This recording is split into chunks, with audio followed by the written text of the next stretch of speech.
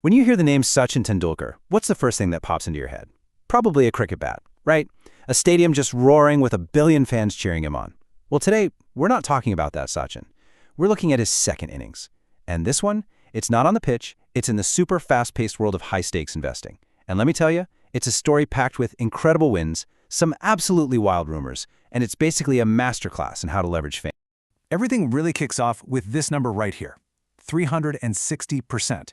I mean, that's the kind of return on investment that most of us can only dream about, right? But for Sachin Tendulkar, this wasn't some fantasy. Nope, this was a very real, very profitable scorecard. So, that's the big question, isn't it? How on earth did he pull this off? This wasn't just some lucky swing of the bat. This was a really calculated financial play that made the entire investment world sit up and take notice. So let's dive in and break it all down. Okay, so this massive gain, it all came from one very specific, very successful investment. The key here is that he got in before the company went public. You know, it's what they call a pre-IPO deal. And it's just a perfect example of why getting in early can be a total game changer. The company at the center of all this, a place called Azad Engineering.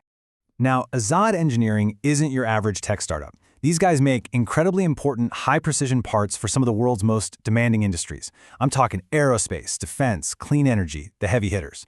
This is a tough business to break into, and they supply major global players. So you can see why this was such a strategic and, frankly, smart bet. All right, let's get into the nitty-gritty of the numbers, because this is where it gets really good. So back in March 2023, Tendulkar puts in about 5 crore rupees. Because he was in so early, his average cost for each share was just a little over 114 rupees. But when the company finally went public, the IPO price was 524 rupees a share. Do that quick math, and his investment just ballooned to almost 23 crore. That is a notional gain of around 360% in just 9 months. I mean, wow. And you know, he wasn't the only sports icon who saw something special here.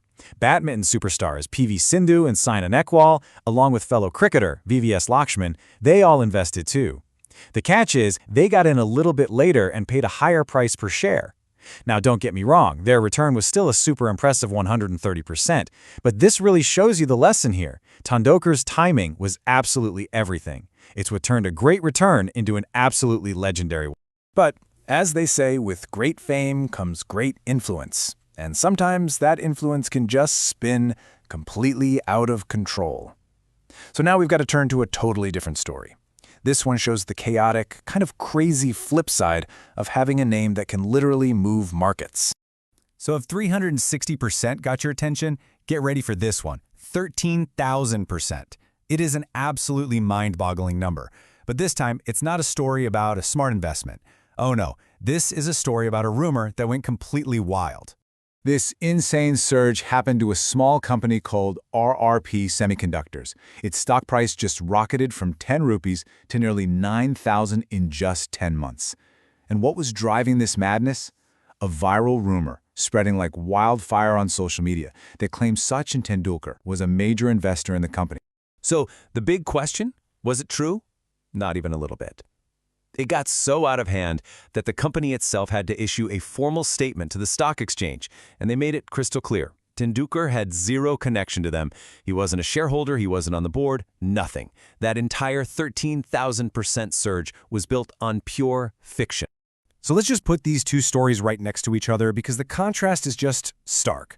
On one side, you've got Azad Engineering, a real strategic investment in a solid company, which led to a verified 360% gain. On the other side, you have RRP Semiconductors, a completely false rumor fueled by social media hype that led to a ridiculous price surge that had nothing to do with reality. It's a huge reminder of the massive difference between real investing and, well, pure speculation. Okay, so let's forget the crazy rumors for a second and look at what he's really doing.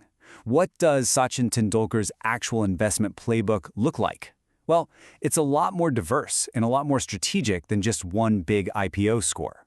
He's been carefully, methodically building a whole portfolio across a bunch of different promising startups and industries. This isn't about chasing fast money. It's about getting behind companies that have real long-term potential in sectors that he seems to genuinely believe in. And I mean, just look at the list of his actual investments. It's seriously impressive. He's got a stake in Spinny, the used car platform, Jet Synthesis in digital entertainment and gaming, the education tech giant Unacademy, plus others in tech, travel, and even fashion with his own clothing brand True Blue. Let's just zoom in on one of these for a second. He put $2 million into Jet Synthesis. But he's not just some silent investor writing a check. They actually have a joint venture together called 100MB, which is a digital platform for cricket fans. Think about how brilliant that is. He's investing in a platform that directly uses his own brand and legacy to pull in users. And you see a really similar pattern with his involvement in Spinny, which, by the way, is a unicorn startup, meaning it's valued at over $1 billion. He's not just a strategic investor providing cash, he's also their main brand endorser. It's this dual role that's so powerful. His endorsement boosts the company, which in turn directly increases the value of his own investment. It's a perfect feedback loop.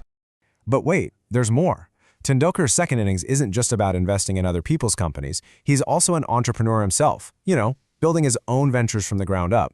And this didn't happen overnight. It's been a journey with a pretty steep learning curve. His first real businesses way back in 2002 were actually restaurants.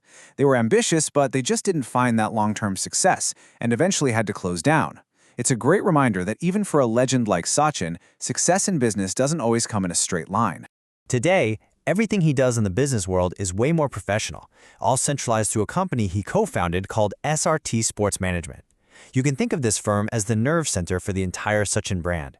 It manages everything, from his endorsements and social work to his entire investment portfolio. And through this company, he's pouring money and energy right back into Indian sports. He's been a co-owner of a football team, he's owned a badminton team, and now he's getting involved in new ideas like the Indian Street Premier League, which is designed to give undiscovered talent a platform. So he's not just building his own wealth, he's actually helping build an entire sports ecosystem. So, when you pull all of this together, what does this new innings of his really mean? Well, it's all about building a legacy that goes way beyond his already historic career in cricket. What he's done here is create a powerful blueprint for how sports icons can take that on-field success and translate it into the world of business. He has carefully crafted a second act that you could argue is just as impactful as his first. He's completely redefining what retirement can look like for a top athlete. And all of this leaves us with one really fascinating question to chew on. In a world where a celebrity's name, or hey, even just the rumor of their name, can make a stock shoot up by 13,000%, where exactly do we draw the line between smart investing and just pure, wild speculation? It's definitely something to think about.